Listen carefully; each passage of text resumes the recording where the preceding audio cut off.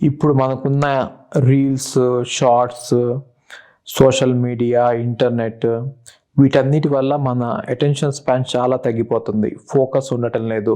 కంటిన్యూయస్‌గా డిస్ట్రాక్ట్ అయిపోతున్నాం. వీటన్నిటికి సొల్యూషన్ ఏంటంటే ఫస్ట్ ఒక డిస్ట్రాక్షన్ ఫ్రీ జోన్‌ని క్రియేట్ చేసుకోండి. మిమ్మల్ని ఎవరు డిస్టర్బ్ చేయని ఒక రూమ్ తీసుకోండి. ఆ రూమ్‌లో కూర్చొని చదువుకోండి. మీ ఫోన్ వేరే రూమ్‌లో పెట్టండి. లేకపోతే మిమ్మల్ని డిస్టర్బ్ చేయకుండా యాప్స్‌ని ఇన్‌స్టాల్ చేయండి. కొన్ని యాప్స్ ఉంటాయి. అవి ఏంటంటే సోషల్ మీడియా యాప్స్‌ని ఓపెన్ చేయనివ్వవు. అలాంటిదేమైనా పెట్టుకోండి. ఒక గోల్ పెట్టుకోండి. దాన్ని చిన్న చిన్న పార్ట్స్‌గా బ్రేక్ చేయండి. ఆ పార్ట్స్ మీద ఫోకస్ చేయండి. పొమోడోరో టెక్నిక్ యూజ్ చేయండి. సోషల్ మీడియా యూసేజ్ ఎంత తక్కువ ఉంటే అంత మంచిది. యూట్యూబ్ తప్ప ఏమి చూడకండి. యూట్యూబ్‌లో మన కోర్సెస్ ఉంటాయి కాబట్టి యూట్యూబ్ చూడండి. మీరు ఆ యూట్యూబ్ పక్కన సజెస్టెడ్ పేజ్‌లో ఏదైనా మూవీ ఉంటే అక్కడికి వెళ్ళిపోమాకండి. సో యూట్యూబ్ వాడండి.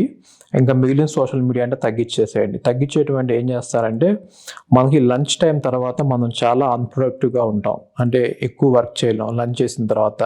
మన బ్లడ్ అంతా డైజెషన్‌కి వెళ్ళిపోయిద్ది. బ్రెయిన్‌కెళ్ళదు. ఆ టైంలో ఏం చేస్తారంటే మీరు సోషల్ మీడియాని గానీ, వాట్సాప్‌ని గానీ ఆ టైంలో యూజ్ చేయండి ఒక అరగంట. సరిపోయిద్ది. రోజు ఒక అరగంట మీరు వాట్సాప్, యూట్యూబ్‌లో సోషల్ మీడియాలో పెడితే టైం సరిపోయిద్ది మీకు. దాని తర్వాత చిన్న చిన్న బ్రేక్స్ తీసుకొని మెడిటేట్ చేయండి. డీప్ బ్రీతింగ్ చేయండి. దీనివల్ల ఫోకస్ ఇంక్రీజ్ అయిద్ది. స్ట్రెస్ తగ్గిద్ది. అండ్ హెల్తీ రొటీన్ ఫాలో అవ్వండి. ఎక్సర్సైజ్ చేయండి ఎవ్రీ డే. బాగా పడుకోండి. 6 గంటలు కనీసం పడుకోండి. 8 గంటలు పడుకుంటే సూపరు. 6 గంటలు కనీసం పడుకోండి. మంచి ఫుడ్ తినండి. డీప్ ఫ్రైడ్, ప్రాసెస్డ్ ఫుడ్స్ తినొద్దు. దీనివల్ల మీ మైండ్ ఇంకా ప్రొడక్టివ్‌గా తయారైద్ది.